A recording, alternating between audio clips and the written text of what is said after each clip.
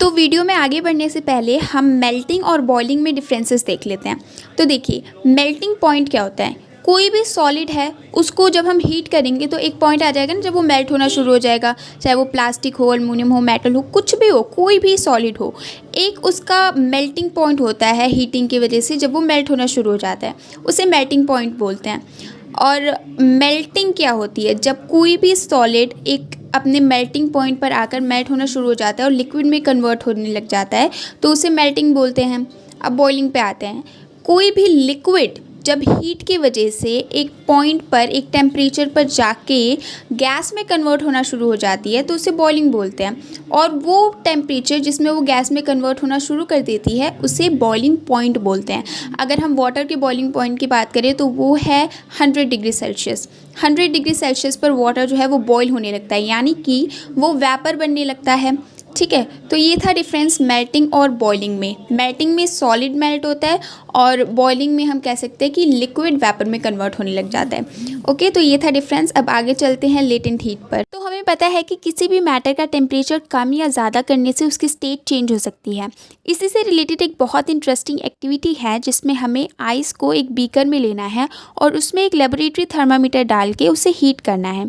जब हम उसे हीट करेंगे तो हम ऑब्जर्व करेंगे कि जब तक वो आइस अपने मेल्टिंग पॉइंट तक नहीं पहुंच जाता, यानी आइस का मेल्टिंग पॉइंट क्या है, 0 डिग्री सेल्सियस, और मेल्टिंग पॉइंट पर पहुंचने के बाद क्या होता है, वो आइस धीरे धीरे पानी बनने लग जाता है, यानी कि वो मेल्ट होना शुरू हो जाता है। तो जब तक वो अपने मेल्टिंग पॉइंट तक पहुंचता है, यानी कि 0 डिग्री सेल्सियस तक पहुंचता है, तब तक तो टेम्परेचर हमें उस थर्मामीटर पे बढ़ता हुआ दिखाई दे रहा था। लेकिन 0 डिग्री सेल्सियस पर पहुंचने के बाद जैसे ही वो मेल्ट होना शुरू होता है वैसे ही टेम्परेचर का बढ़ना रुक जाता है। हम हीट सप्लाई कर रहे हैं लेकिन टेम्परेचर वहीं 0 डिग्री सेल्सियस पर कांस्टेंट ही रहेगा। अब ऐसा क्यों होगा? ऐसा इसलिए होगा क्योंकि इसके बाद जो हीट हम उस मैटर को सप्लाई करेंगे, यानी कि इसके बाद जो हीट उस आइस को सप्लाई हो रही होगी, वो हीट यूज़ होगी उसके पार्टिकल्स के बीच का जो फोर्स ऑफ अट्रैक्शन है ना, उसको कम करने में। क्योंकि उसके बाद ही वो जो मैटर है, यानी कि जो आइस है, वो सॉलिड से लिक्विड में कन्वर्ट हो पाएगा। वो तभी वाटर बन पाएगा जब उसका फोर्स ऑफ अट्रैक्शन कम होगा। इसलिए वो हीट हमें टेम्परेचर पे शो नहीं हो रही होती, क्योंकि वो हीट तो उसके फोर्स ऑफ अट्रैक्शन को कम करने में यूज़ हो रही होती है। ठीक है, अब इसके बाद जब वो पूरा आइस मेल्ट होके वाटर बन जाएगा, फिर से तब जो टेम्परेचर है वो राइज़ होना शुरू हो जाएगा, क्योंकि हीट तो हम अभी भी उसको कर ही रहे हैं ना। तो फिर से वो उसका टेम्परेचर बढ़ना शुरू हो जाएगा और तब तक बढ़ेगा जब तक कि वो वाटर अपने बॉइलिंग पॉइंट तक नहीं पहुंच जाता। क्योंकि अपने बॉइलिंग पॉइंट पर पहुंचने के बाद वाटर फिर वेपर बनना शुरू हो जाएगा, यानी कि पहले वो सॉलिड से लिक्विड बना तो जो हीट यूज़ हो रही थी वो हमें नहीं दिख रही थी। ठीक है, अब वो लिक्विड से गैस बन रहा है, यानी कि वाटर से वेपर बन रहा है। तो इसमें भी उसका फोर्स ऑफ अट्रैक्शन और कम होना चाहिए, तो वो फोर्स ऑफ अट्रैक्शन और तोड़ रहा है। जो हीट हम उसको अब सप्लाई कर रहे हैं वो उसका जितना फोर्स ऑफ अट्रैक्शन है उसको और कम करता जा रहा है। इसीलिए वो हीट हमें नहीं दिखती, तो इसलिए उसको लेटेंट हीट बोलते हैं। लेटेंट मतलब हिडन, मतलब छुपा हुआ।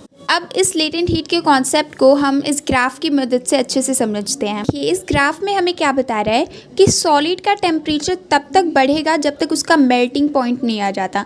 मेल्टिंग पॉइंट आने के बाद उसका जो टेम्परेचर है वो कांस्टेंट रहेगा तब तक जब तक कि वो पूरा लिक्विड नहीं बन जाता।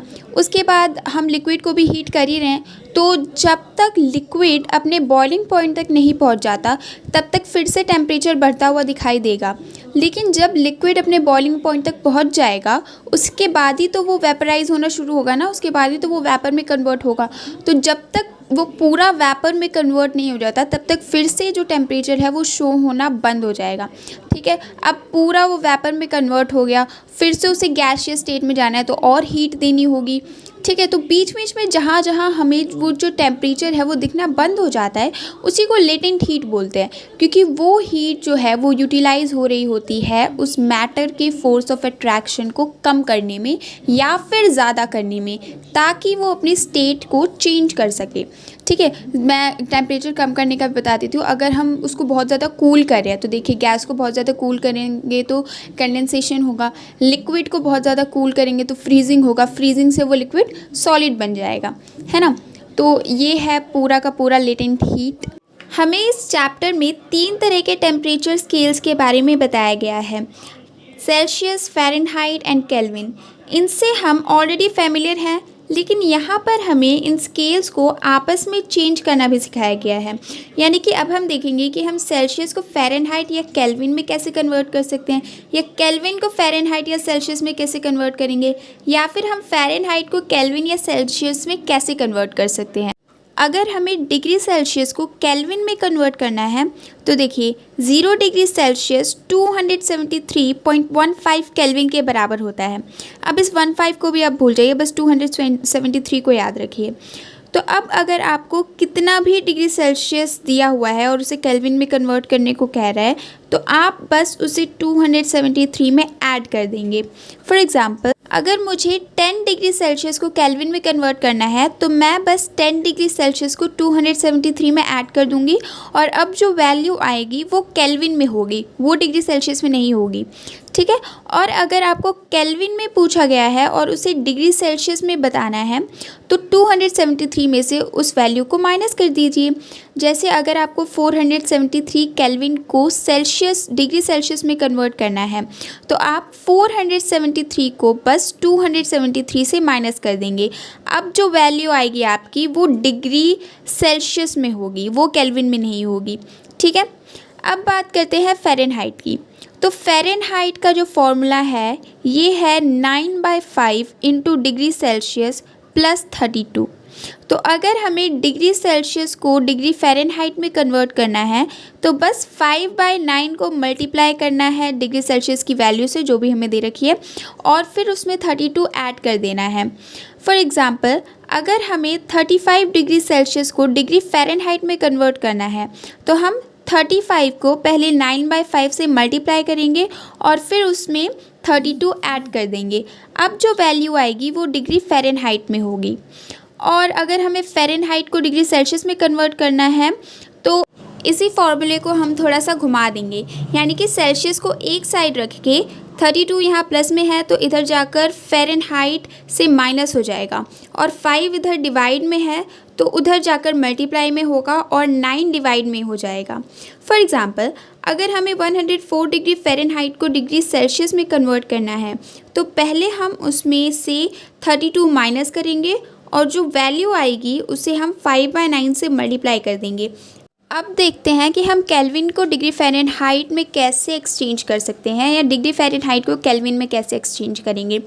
तो अगर केल्विन को डिग्री फ़ारेनहाइट में कन्वर्ट करना है तो बस केल्विन की उस वैल्यू को 273 से माइनस करके डिग्री सेल्सियस की जगह पर रख के इक्वेशन सॉल्व करनी है और फिर जो वैल्यू आएगी वो डिग्री फ़ारेनहाइट में होगी, वो केल्विन में नहीं होगी।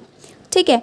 और अगर हमें डिग्री फ़ारेनहाइट को केल्विन में कन्वर्ट करना है तो इस 32 को उधर माइनस में करके फिर से 9/5 को इधर 5/9 में करके और जो भी डिग्री फ़ारेनहाइट की वैल्यू दी गई है उसमें 273 को प्लस करके हम इक्वेशन सॉल्व कर देंगे और हमारा आंसर जो है वो केल्विन में आ जाएगा। ये तो थे अलग अलग टेम्परेचर स्केल्स और इनका आपस में एक्सचेंज होना। अब आगे इस चैप्टर में हमें इवेपोरेशन से रिलेटेड कुछ फैक्टर्स भी बताए गए हैं। जैसे सबसे पहले तो इवेपोरेशन और बॉइलिंग में एक कंपैरिजन किया गया है। तो देखिए बॉइलिंग जो है उसमें हम अलग से हीट एनर्जी सप्लाई कर रहे हैं, जिसके बाद जो ऊपर से नीचे तक पूरा जो वाटर है वो एक बॉइलिंग पॉइंट पर जाके वेपर में कन्वर्ट होना शुरू हो जाता है। लेकिन इवेपोरेशन में भी सेम ही हो रहा है, वाटर वेपर में कन्वर्ट हो रहा है, लेकिन उसको हम अलग से कोई हीट सप्लाई नहीं कर रहे हैं, बल्कि वाटर के जो सरफेस पे पार्टिकल्स होते हैं वो अपने आसपास से हीट एनर्जी लेकर उससे अपने आप को इवेपोरेट कर लेते हैं। यानी कि जो इवेपोरेशन है वो एक सरफेस फिनोमेना है। ठीक है। अब इसकी यहाँ पे एक डेफिनेशन भी दी हुई है कि लिक्विड का उसके बॉइलिंग पॉइंट से नीचे किसी भी टेम्परेचर पर वेपर में कन्वर्ट होना इवेपोरेशन कहलाता है। अब यहाँ पर हमें एक और चीज़ बताई जा रही है दैट इवेपोरेशन कॉजेज कूलिंग। अब ऐसा कैसे होता है?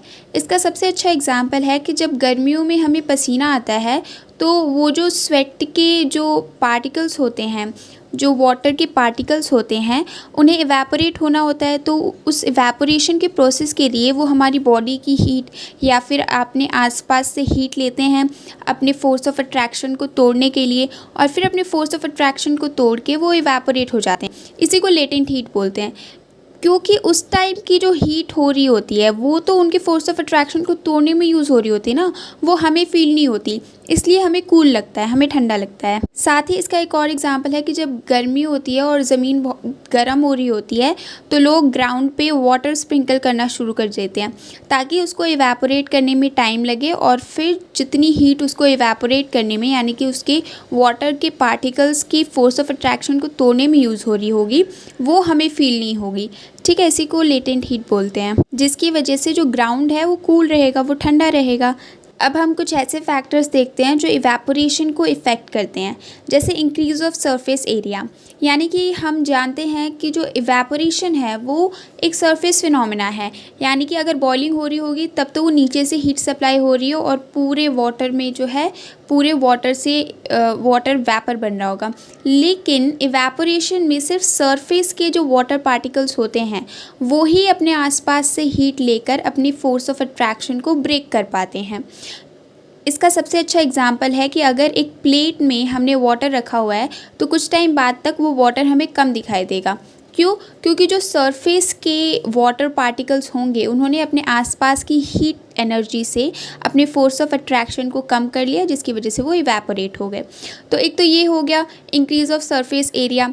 दूसरा है इंक्रीज़ ऑफ टेम्परेचर, कि जब हम टेम्परेचर बढ़ाते हैं तो इवेपोरेशन जल्दी होता है।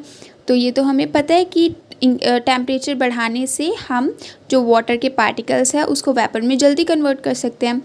ठीक है, तीसरा हो गया डिक्रीज़ इन ह्यूमिडिटी। ह्यूमिडिटी का मतलब होता है कि हमारे आसपास के जो वातावरण है, जो भी एनवायरनमेंट है, उसमें कितने वाटर मॉलिक्यूल्स हैं। यानी कि जितना ह्यूमिड होगा, जैसे अगर हम किसी जंगल में चले जाएं तो उधर जो इवेपोरेशन का प्रोसेस है वो बहुत कम होगा, क्योंकि आसपास बहुत ज़्यादा ह्यूमिडिटी है, बहुत ज़्यादा तरल चीज़ें होंगी, पानी होगा, इसीलिए वहाँ पे जो इवेपोरेशन है वो बहुत कम हो पाता है। ठीक है, तो ह्यूमिडिटी जितनी कम होगी इवेपोरेशन उतनी जल्दी होगा। एक तो ये हो गया। चौथा है an increase in wind speed, यानी कि अगर हवा चलेगी तो उससे भी वाटर पार्टिकल्स जो हैं वो जल्दी से इवेपोरेट हो जाएंगे। ठीक है, क्योंकि वो वाटर पार्टिकल्स को अपने साथ ले जाएंगे। ठीक है, तो ये कुछ फैक्टर्स थे जो इवेपोरेशन को इफ़ेक्ट करते हैं। हमने इस चैप्टर के स्टार्टिंग में पढ़ा था कि मैटर की सिर्फ 3 स्टेट्स होती हैं, सॉलिड, लिक्विड एंड गैस। पर इस चैप्टर के लास्ट में 2 और स्टेट्स के बारे में भी बताया गया है, that is plasma and Bose Einstein condensed state. अब देखिए, अगर हम गैसेस को बहुत ज़्यादा हीट देंगे तो उनके बीच की काइनेटिक एनर्जी बहुत बढ़ जाएगी और पार्टिकल्स बहुत तेज़ मूव करने लगेंगे। तो पार्टिकल्स की उस सुपर एनर्जेटिक स्टेट को हम प्लाज्मा बोलेंगे। अब बीईसी की बात करते हैं, इसमें बिल्कुल उल्टा है, यानी प्लाज्मा में हम गैसेस को हीट दे रहे थे, लेकिन इसमें हमें गैसेस को लो डेंसिटी में सुपर कूल करना है। मतलब ज़्यादा स्पेस में हमें गैसेस के कम पार्टिकल्स को बहुत ही ज़्यादा कूल करना है और उन्हें सुपर लो टेम्परेचर पे ला देना है। इसके बाद जो स्टेट आएगी उसे बोस-आइंस्टाइन कंडेंस्ड स्टेट बोलेंगे। तो ये जो बोस-आइंस्टाइन कंडेंस्ड स्टेट है इसको 1920 में एस.एन. बोस और अल्बर्ट आइंस्टाइन ने डिस्कवर किया था। तो इसका नाम भी इन्हीं दोनों साइंटिस्ट के ऊपर रखा गया है। तो इसी के साथ हमने इस चैप्टर के सारे कॉन्सेप्ट्स को 2 पार्ट्स में क्लियर कर लिया है। I hope you have understood the chapter.